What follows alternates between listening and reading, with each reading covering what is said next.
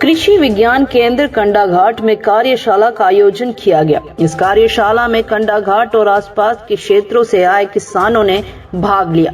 किसानों को उनकी फसलों से जुड़ी महत्वपूर्ण जानकारियां भी उपलब्ध करवाई गई। वहीं किसानों ने सवाल जवाब कर अपनी जिज्ञासाओं को शांत किया। इस अवसर पर कृषि विज्ञान केंद्र के प्रभारी डॉक्टर जितेंद्र चौहान ने किसानों से खादों और उर्वरकों को संतुलित मात्रा में उपयोग करने का आग्रह किया। उप जिला अधिकारी सोलन हरिजीत सिंह ने किसानों को जानकारी देते हुए कहा कि घुलनशील खादें सब्जी की फसल के लिए लाभकारी है, लेकिन सही और संतुलित मात्रा ही उत्पादन में खादों का उपयोग अच्छे परिणाम देता है। इफ्को के उप जिला अधिकारी सोलन हरिजीत सिंह ने किसानों को नैनो यूरिया के उपयोग की सलाह दी।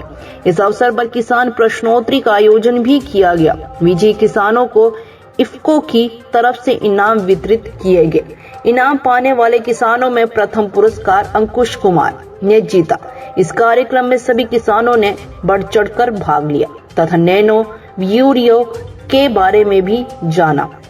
सब्जी वैज्ञानिक डॉक्टर सीमा ठाकुर ने इस मौके पर किसानों को जानकारी देते हुए कहा कि घुलनशील खादों का उपयोग सब्जी उत्पादन में लाभकारी है। अगर किसान सही संतुलन बनाकर खादों का उपयोग करते हैं तो वह अच्छे परिणाम ले सकते हैं। उन्होंने कहा कि आज किसानों के लिए परिचर्चा का आयोजन किया गया, जिसमें किसानों को नैनो यूरिया के बारे में महत्वपूर्ण जानकारी दी गई। उन्होंने कहा कि अन्य खादें फसल को खराब कर रही है, इसीलिए नैनो खाद से जुड़ी महत्वपूर्ण जानकारियां किसानों को आज इफ्को के माध्यम से दी गई है, ताकि किसानों की फसल भी खराब ना हो और न ही प्रकृति को कोई नुकसान पहुंचे।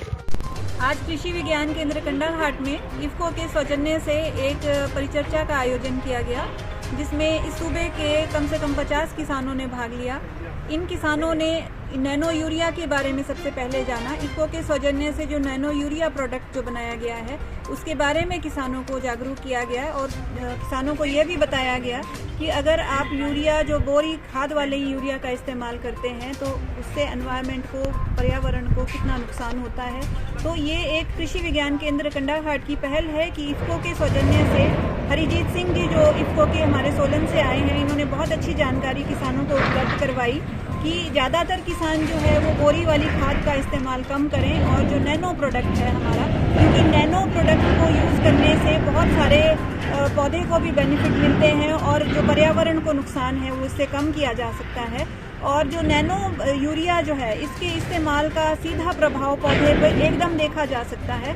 और आप देखेंगे कि जब नैनो यूरिया का आप इस्तेमाल करेंगे तो पौधा उसको पत्तियों से एकदम अवशोषित करके उसको बहुत अच्छी वेजिटेटिव ग्रोथ जो है पौधे को प्रोवाइड करता है।